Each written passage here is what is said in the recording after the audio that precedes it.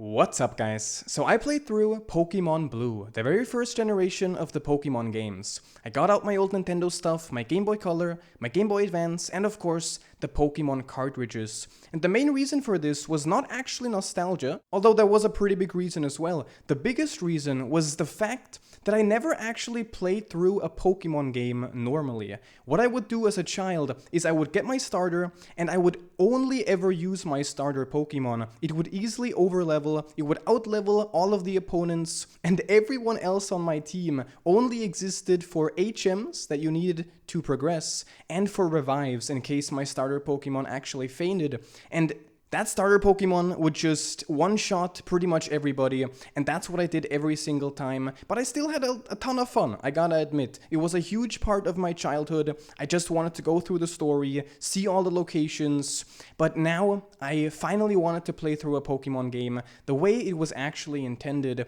And I mean, the title of the video already tells you, it was a blast. I had an extremely good time with Pokemon Blue, because the thing is, the game is just so innocent, it's so simple, it's so straightforward. I mean, immediately, like, you don't get any pop-ups or notifications or like a battle pass or a login bonus. You just get gameplay. You start the game, you get the gameplay, and nothing else. And I have to admit also, playing on the original Game Boy, I was playing on the Game Boy Advance, it gave it that extra relaxation value, because I was just able to be like, okay, it's Pokemon time. I lied down on my bed, I got my Game Boy, and I just played for like a couple hours, which was super nice. And it was really cool to revisit, I mean, the humble beginnings of such a huge franchise, right? I mean, you start off in your town, in the hometown in Pallet Town, which I assume is still the same thing in every other Pokemon game, also in the new ones. And I mean, you go downstairs, you see your mom, you talk to the mom, and she says, oh yeah, all boys leave home someday. I saw it on TV. And you're just like, what the hell? What the hell are you talking about, mom? But okay. I guess that's all the lore, that's all the backstory that the game needed. And you start your journey. And of course, I mean, right away you get the big decision, which is your starter Pokemon. And this is something that makes or breaks friendships. I mean, this is serious business.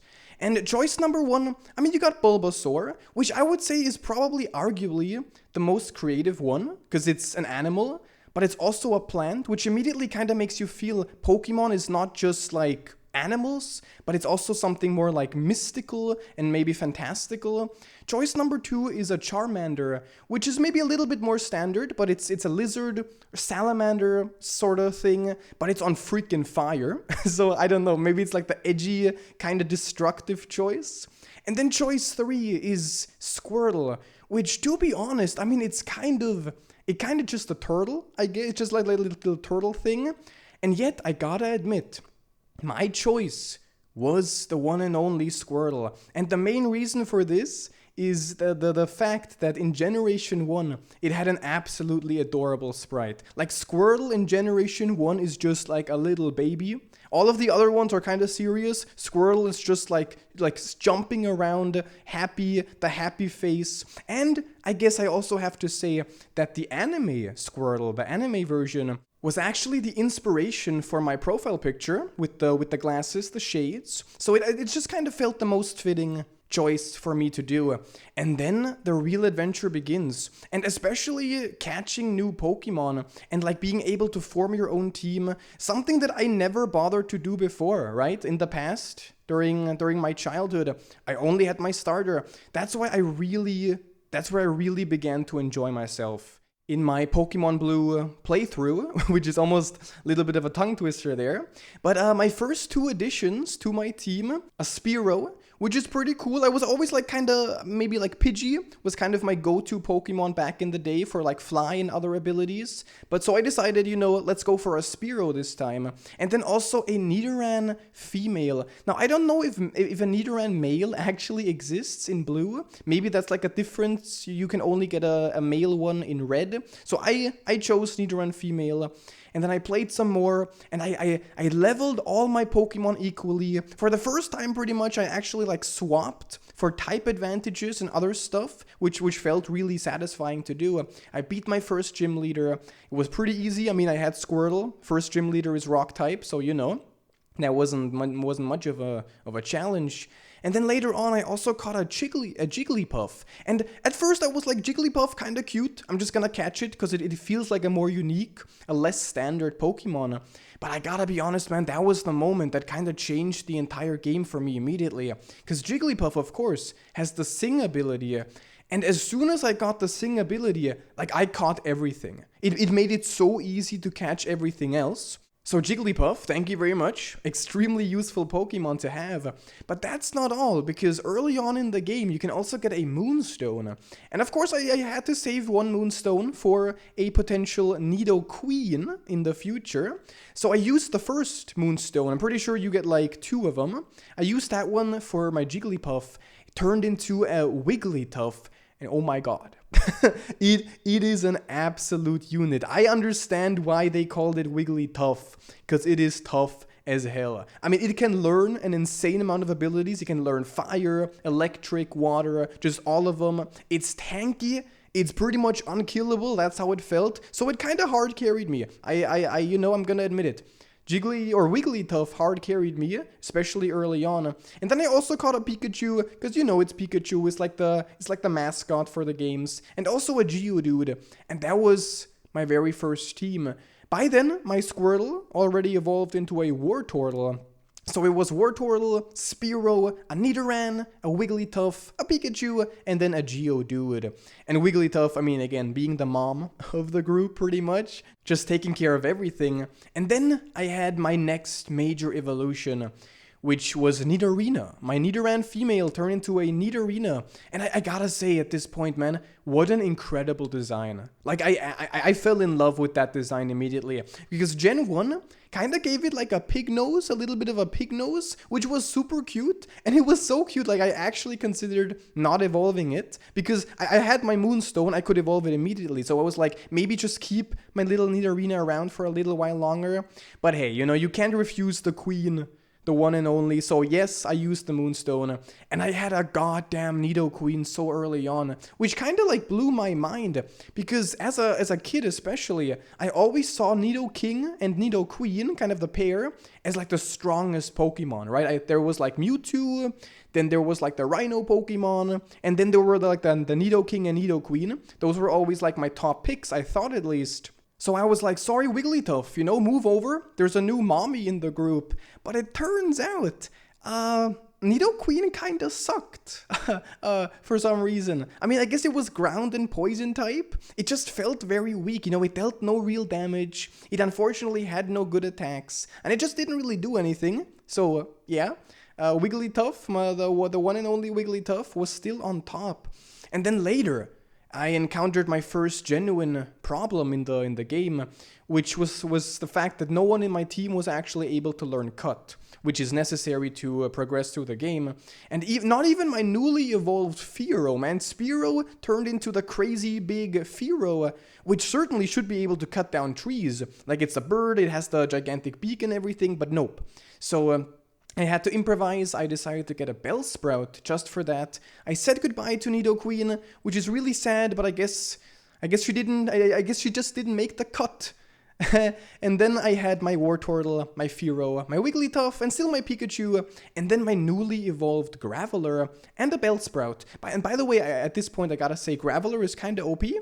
Like, I don't know, like Rock type, also in Generation 1, felt a little indestructible. It had so few weaknesses, and I mean, you mostly fight against the normal type Pokemon, so Graveler just kind of carried, just never died, never fainted, which was pretty chill. And now it was at that point where I realized that one thing that felt really unique about the game were the real-life connections that it made. For example, there was one gym leader who was just known as like the American, and he served in the war. His dialogue is all about how he fought together with his Pokemon on the battlefield, and I don't know, it just felt real. It felt gritty, it felt serious, it felt like you were actually listening to this guy's story. I mean, they used the real-life location, they just said he's like an American. They really told you how Pokemon are weapons. You know, it's not just a hobby, but they're used by criminals, they're used by police, and I guess they're also used in the military, which made it more interesting. I don't know, it kind of gave it a lot more like weight and depth in my opinion. And then another unique thing, which was also, I don't know, made me respect the game, was the fact that the game was kind of scary. And one example that I wanna give is Diglett's Cave. Now this is basically just a shortcut between two areas, and it is full of Diglets, which are kind of annoying. I mean, they're fairly weak. They will be below your level, so they're more of an annoyance. You just have to kind of deal with them. But the devs, they actually put in a very, very low chance of a random encounter happening.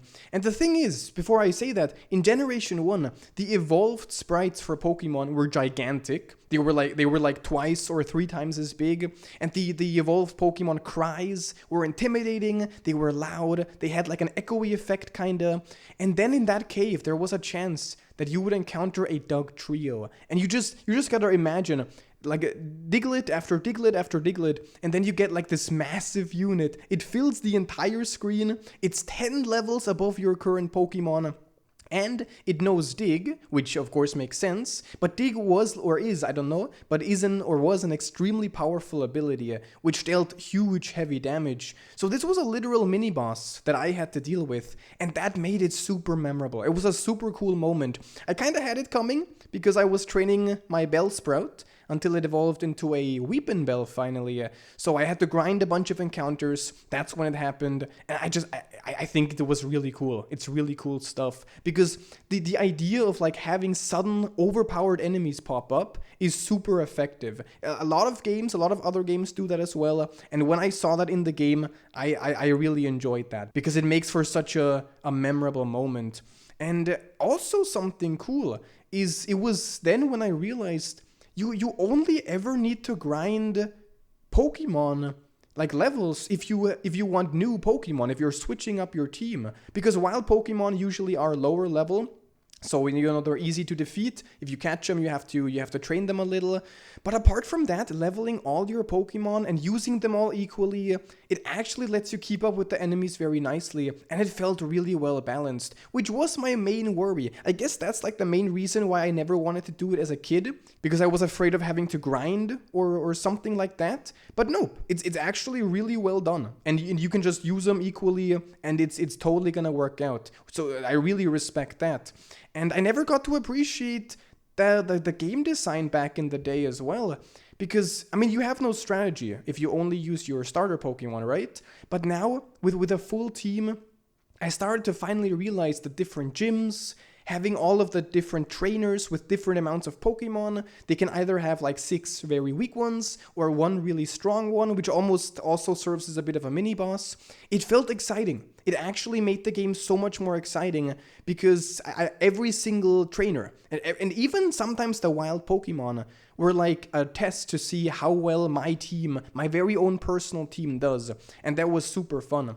And speaking of cool design, something that surprised me and that I completely forgot about when I played all the games in the past is the fact that you unlock Fly. Like at that point, we're still talking about like the gym leader and the Diglett's Cave, which is very early on, and you can just unlock Fly at that point. After the 3rd gym, you can just go and get it, and you have instant fast travel to all the places you were before and stuff, which is very convenient and very well designed as well. Especially since the map, I mean, probably not compared to the newer games, but still, I would say the map is pretty big and can be pretty confusing at times. So thank you, game, for giving me Fly so early on. And then another cool thing, which I gotta mention, I mean, there's so many cool things in this game, but another one was Celadon City, just the entirety of Celadon City. It was such a great place, which was full of stuff to explore and to find. And first of all, there's a fun little Easter egg in that city, which are the Game Freak headquarters that are there. And if you go in, you can talk to some of the devs. And all of the NPCs there are like, we made this game, we made you, and I don't know, it's just really cute. It feels like the typical old school kind of Easter egg and secret I think back in the day that was something more common. And it just feels genuine to have like, it feels almost like an indie game, I guess, because you feel so direct and personal with the game devs, which was nice. And I mean, I never talked to any of the NPCs as a kid, so I never knew about that. I never ever found that. And then also really cool is there's a secret back entrance where you can just get an Eevee, like just a free Eevee straight up, which felt super rewarding and special because it encourages exploring. And I don't know, that was like one of the best moments in the playthrough, because I felt like a little kid, man. I felt like everywhere there were secrets all over the place, and it was really nice. And then also in the same city, there's the Rocket Game Corner. Now that's the place where you go to gamble, because you know Team Rocket is evil, so of course they're gonna do the gambling. And the people in the town don't like it. They're like, you know, like the game really does try to make gambling seem bad. And in my opinion, gambling is kind of a ripoff. You kind of suffer if you try to get the coins and stuff in the slots. That being said, there is a little silly thing in the game, which is when your character sits down, when you actually want to play the slot machine. I don't know why they did that. Maybe it's supposed to show like how addicting it can be, but you just get this super happy emoji face, which I don't think appears anywhere else in the game. And it's just so cute, man. Your little Pokemon trainer protagonist is like, hooray, I'm gambling. I don't know, man. I kinda felt it was hilarious. So that was kinda cute. But then, eventually, I reached another thing that I want to talk about, which is a little less cute. I guess we will talk about Lavender Town, of course. I mean, Lavender Town, I don't know if the most iconic and popular location, but I mean, it's the home of so many original creepypastas. Everyone knows the music, right? The Lavender Town theme, the characters there, just the entire location itself. And I gotta admit, back in the day, I was very afraid. I never spent too much time there. Like, if I had to go to Lavender Town, I would either get on my bike so I don't hear the music because I was afraid, or I would just leave as fast as I can. But now, you know, returning to it, it's mostly just really sad, man. Like, the Pokemon Tower is there, it's like this big Pokemon graveyard and a place to mourn, and all the NPCs there have genuinely really sad dialogue. They're just all missing their Pokemon or paying their respects.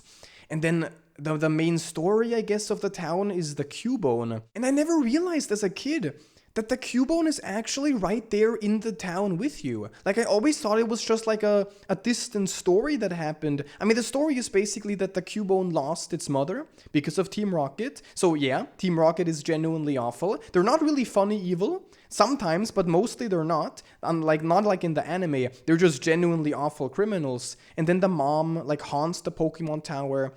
And I just felt really sad playing that part. I gotta admit, you know, having the little Cubone baby just be confused and lost in like a Pokemon orphanage or something.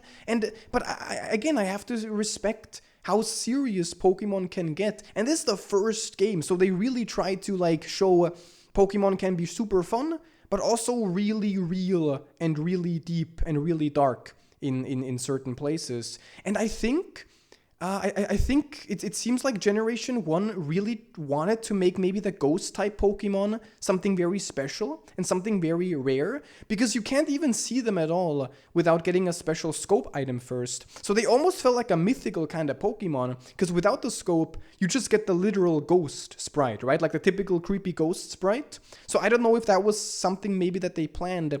But speaking of Team Rocket being awful, there's also a place called Saffron City, which is just literally taken over by Team Rocket. Team Rocket is, of course, like the main antagonist, I guess, of the game, and also the main story. And there's two interesting things that I noticed there. One is that there's an NPC in the city that just talks about how they wish the Elite Four, the strongest trainers in the world, would come in to save the town and just defeat Team Rocket.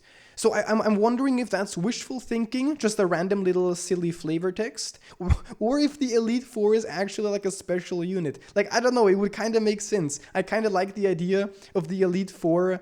Maybe they're not getting involved in like legal stuff or anything, but just imagining them coming in with their overpowered Pokemon and just wiping the floor with Team Rocket would be kind of cool. And number two is, I think Saffron City is like one of the top design choices of Generation 1. Because the location of Saffron City is pretty much the center of the entire map, of the entire game. But since it's under lockdown, you can't get to the city at first, so you're forced to go through caves, underground passages, you have to take shortcuts all over the map, up, down, left, right, until later on, finally, you actually unlock the city, and you can just go from location to location directly.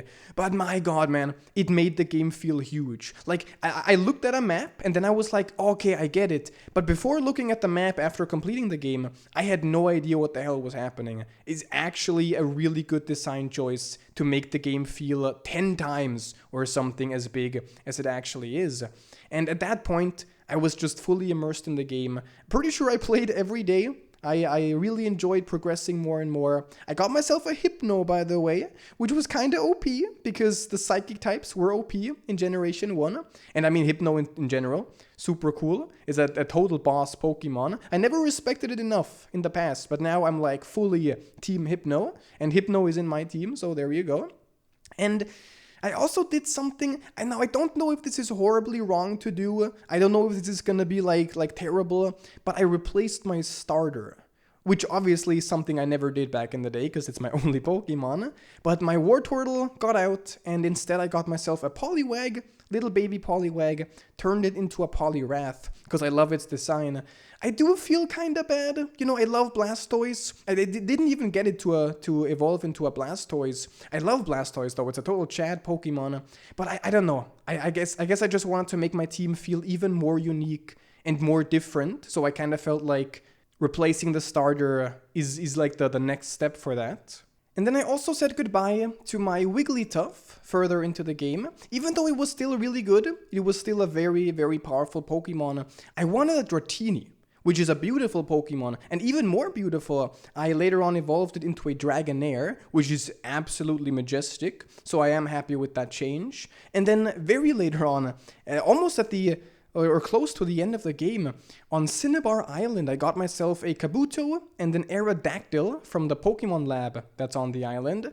And I gotta admit though, there was one really annoying thing, because I was gonna replace my Weepinbell that evolved into a Victreebel by then.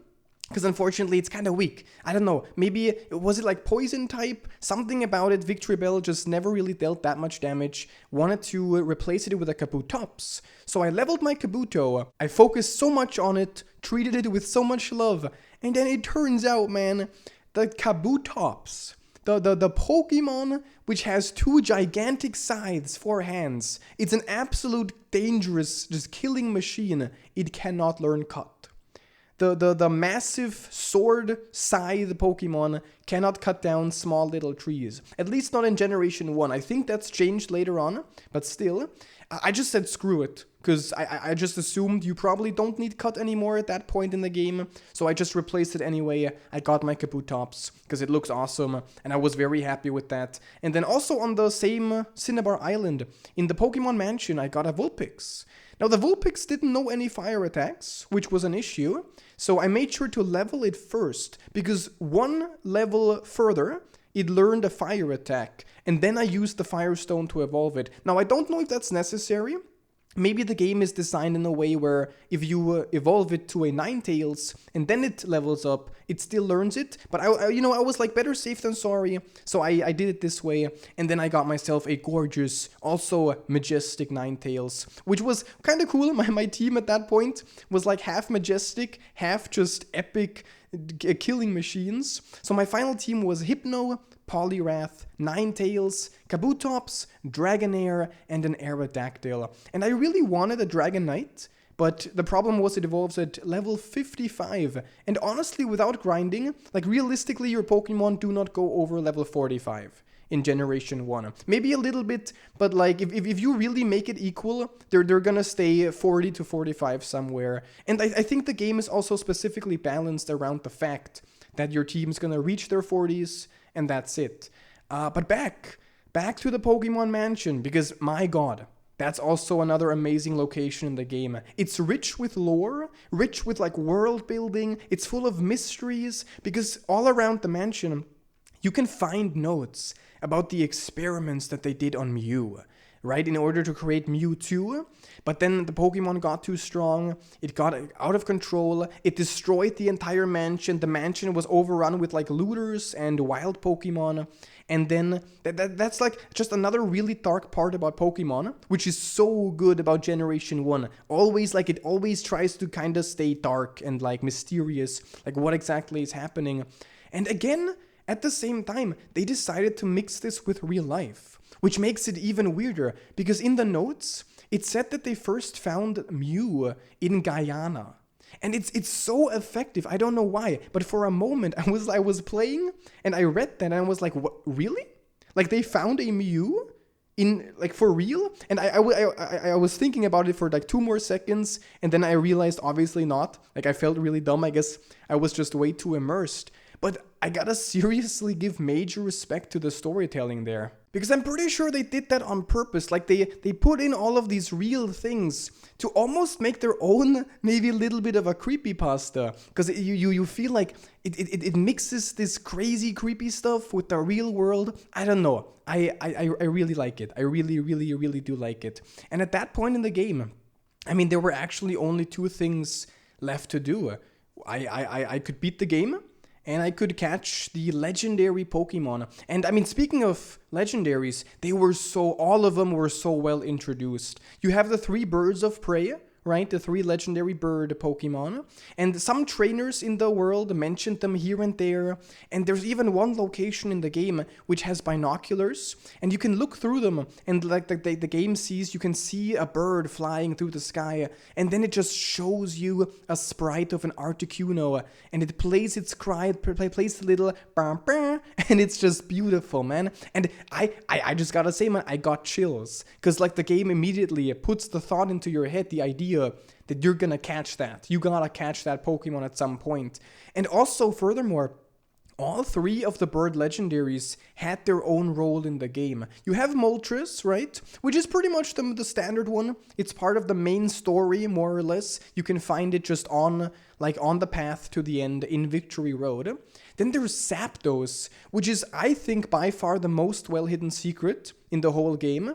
Because what you have to do is you have to surf in a random location. You have to surf around the entire map to enter an abandoned power plant. And then there you can find the Zapdos, which is also a little creepy, I don't know.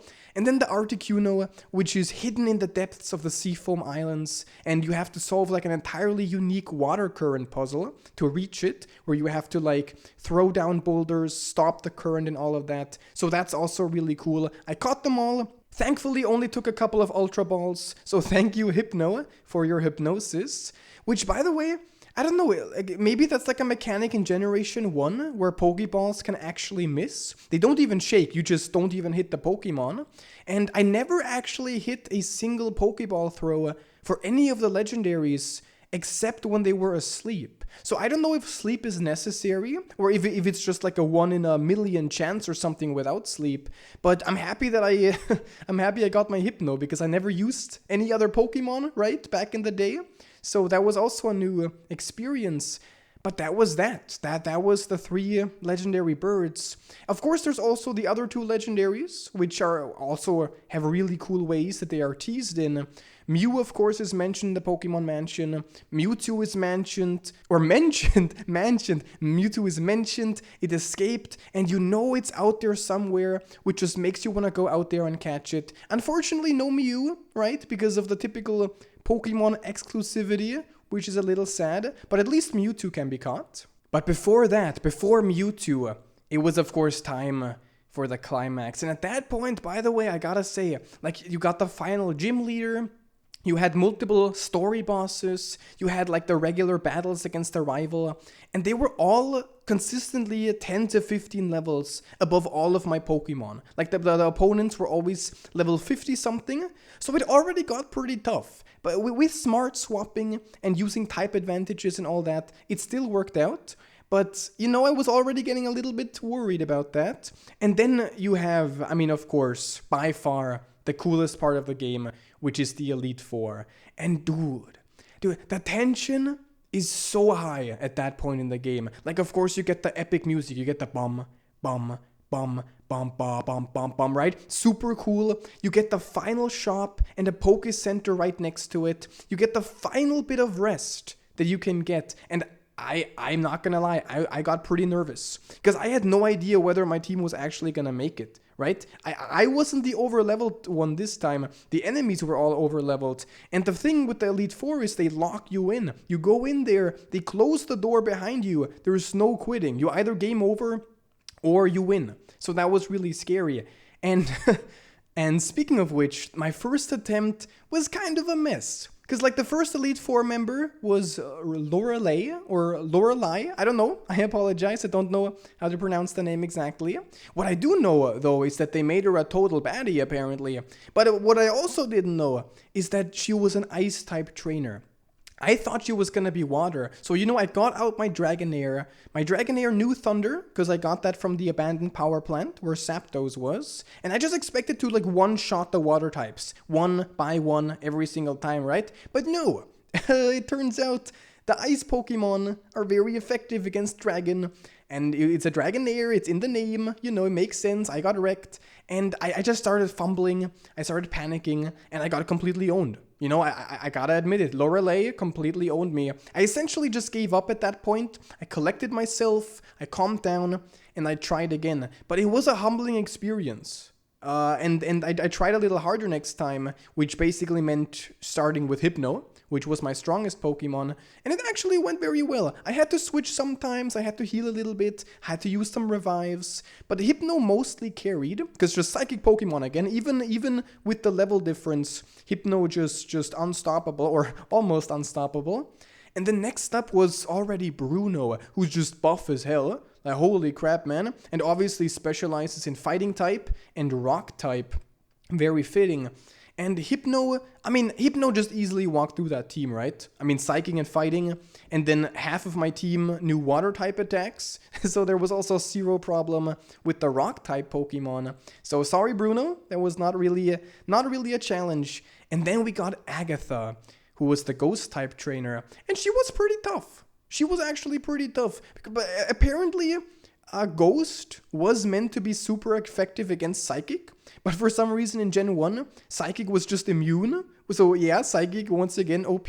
So Hypno kinda carried once again, but it still managed to be surprisingly tricky. I think it's because of the status effects. Agatha was pretty much the status effect like trainer. Sleep, confusion, poison. I just had to use a ton of items, had to somehow get through that. But eventually I did. Eventually I did power through.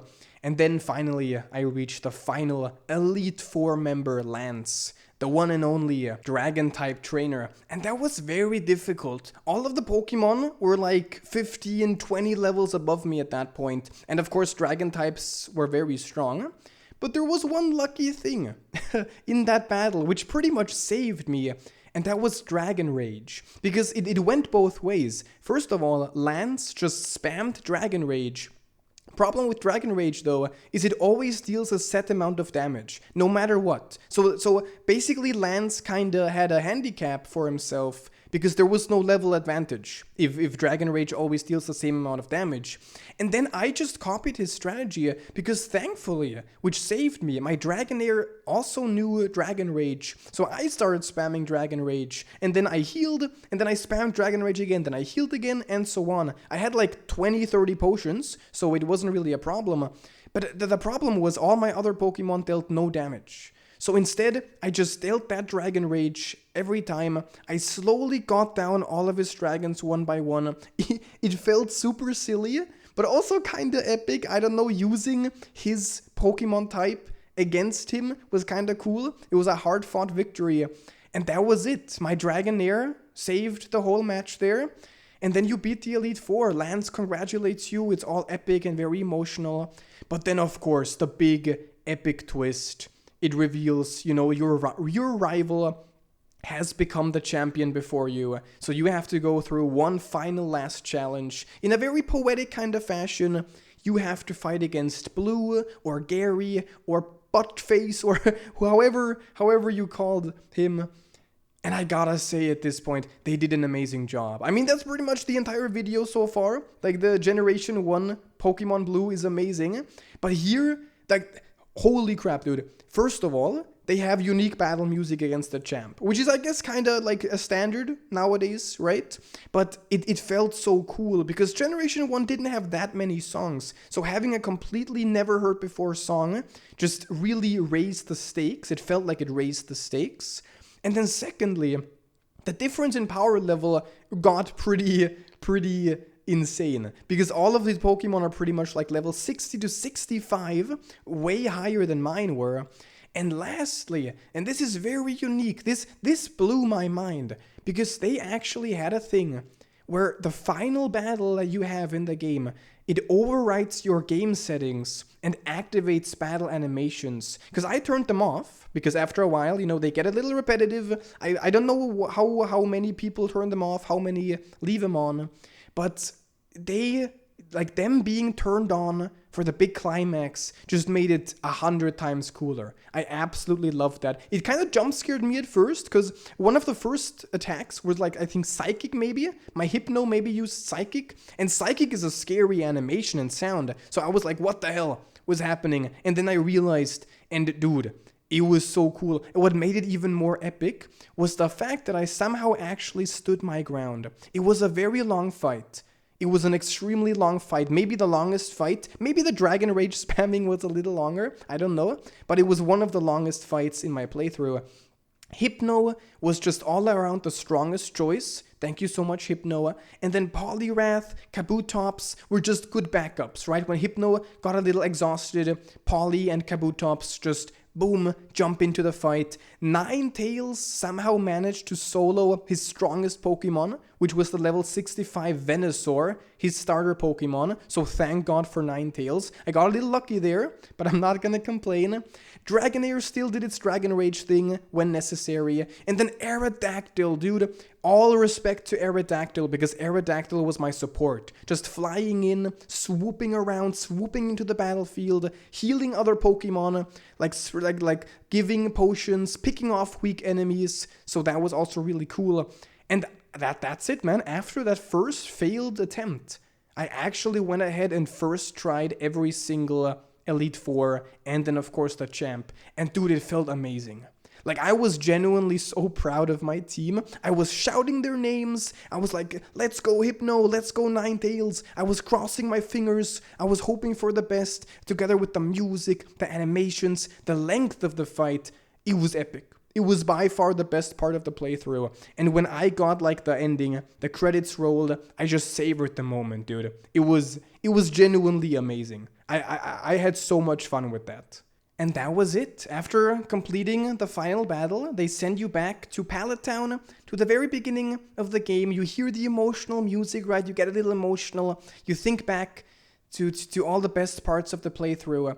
But the very last thing that I still had to do was enter the epic, legendary Cerulean Cave, which is pretty much the bonus challenge of the game.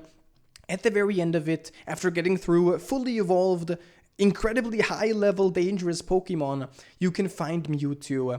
And this is not really epic, I apologize. I went up to it, I threw my one Master Ball at it, and boom. I mean, this tragic Pokemon, dude.